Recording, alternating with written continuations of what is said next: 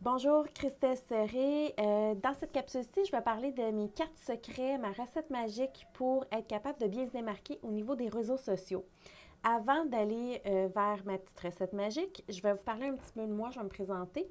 Dans le fond, ça fait 15 ans que je suis dans le domaine des communications, puis ça fait plus que 8 ans que je suis à mon compte. J'avais une entreprise en web que j'ai d'ailleurs toujours aussi, web marketing, logo, branding, et je me spécialise de plus en plus dans l'option du coaching. Donc, je fais soit des formations individuelles sur des sujets précis, exemple Facebook, Instagram, WordPress, etc. Je fais aussi des formations de groupe, puis je fais aussi de l'accompagnement. Donc, selon l'entrepreneur que j'ai devant moi, on va faire des plans marketing. Une première fois, on va apprendre à décortiquer votre public cible. Une autre fois, ça va être comment vous démarquer sur les réseaux sociaux.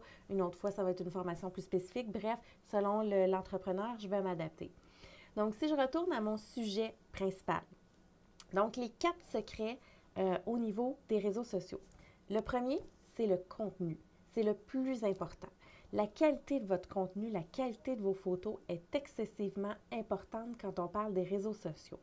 Des photos où est-ce que c'est marqué Shutterstock dessus, c'est des photos prises sur des banques d'images sans avoir acheté les droits. On ne fait pas ça.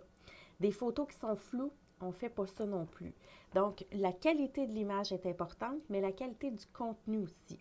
Au préalable, vous devez faire une évaluation de c'est qui votre public cible. Si par exemple, vous vous rendez compte que votre public cible, lui, ce qu'il aime, c'est la notion d'entraînement. Bien, tout ce qui est relatif à l'entraînement devient intéressant, mais pas juste l'entraînement tel quel. Il y a toutes les composantes autour aussi. Par exemple, la nutrition qui est reliée à l'entraînement, sans vous improviser être nutritionniste. Des fois, juste parler des trucs et des astuces, comment bien manger, ça vous permet de varier votre contenu, mais de garder votre utilisateur puis votre abonné attentif à ce que vous dites. Ensuite, un peu comme vous rencontrez quelqu'un dans une date, si tout ce qu'il fait, c'est parler de lui, comment il est beau, comment il est fin, comment il est intéressant, vous allez décrocher. C'est la même chose sur vos réseaux sociaux. Donc, vous devez vous assurer d'avoir un contenu qui est varié, mais ayez toujours en tête qu'il faut que votre public cible soit intéressé à ce que vous faites.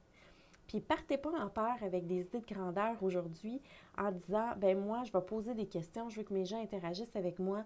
Attendez, chaque chose en son temps. Commencez par créer du contenu de qualité, puis après ça les autres éléments vont engendrer. La deuxième, c'est l'engagement. Donc, c'est important que vos publications, il y ait des gens qui les like, qui les aiment, qui commentent ou qui ouvrent la page. C'est ce qu'on appelle l'image plutôt. C'est ce qu'on appelle l'engagement. Donc, pour que votre compte soit fonctionnel, il faut que les gens aient une réaction envers ce que vous faites. Sinon, de un, ça prouve que ce n'est pas intéressant. Puis de deux, bien, vous perdez un peu votre raison d'être. Dans le fond, l'idée, c'est que si vous voulez vendre des produits ou des services sur le long terme, bien évidemment, il faut que les gens trouvent ça intéressant. Donc, toujours miser sur l'engagement. Les gens doivent répondre à ce que vous faites. Fait que ça, c'est mon deuxième secret. Si vous n'avez pas d'engagement envers vos publications, déjà là, ça vous pose un petit momentum pour vous dire, ben je pense que je ne fais pas la bonne job. Réajustez-vous en fonction de ça, avec les statistiques aussi que vous allez avoir sur vos comptes Instagram ou sur vos comptes Facebook, par exemple.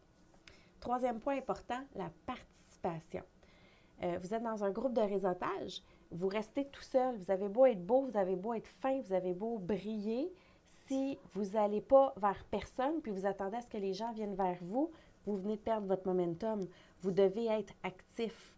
Par exemple, commentez sur d'autres sites, commentez sur d'autres groupes principalement aussi. Montrez que vous êtes là. Premièrement, votre nom va circuler, mais plus vous allez être actif vers les autres, plus les gens vont être actifs vers vous. Puis c'est encore plus vrai sur vos comptes Instagram, parce que quelqu'un qui est habitué de voir Madame X liker toutes ses publications, mais forcément, elle va avoir un intérêt pour elle-même aller liker ces informations parce qu'elle sait que cette personne-là est intéressée.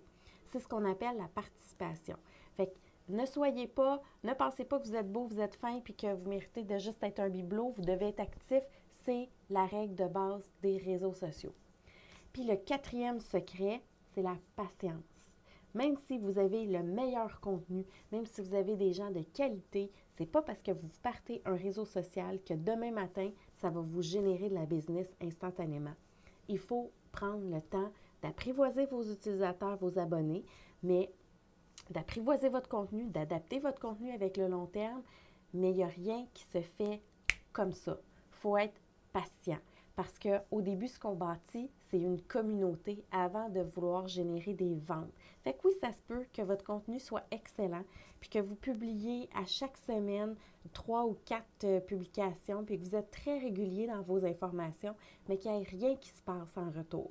Peut-être que vous n'allez pas chercher les bonnes personnes, peut-être que il y a des questions aussi à se poser par rapport à ça, mais peut-être aussi que les gens, il faut juste qu'ils apprennent à vous connaître puis à vous aimer. Puis c'est encore plus vrai quand c'est la personne qui est son propre produit. Dans le cas des MLM, par exemple, donc où il y a tellement de compétiteurs que ce qui va faire en sorte que la personne va se démarquer un de l'autre, c'est sa personnalité, ça va être son contenu, ses éléments, etc., mais qui elle est, puis comment elle va interagir avec les autres. Mais pour ça, c'est pas en vous voyant une fois qu'on va tomber en amour avec vous, c'est avec le long terme. Fait que soyez patient, tout finit par se caser avec le temps. Si vous avez des questions, je vous invite à communiquer avec moi directement. Je vous souhaite une bonne journée.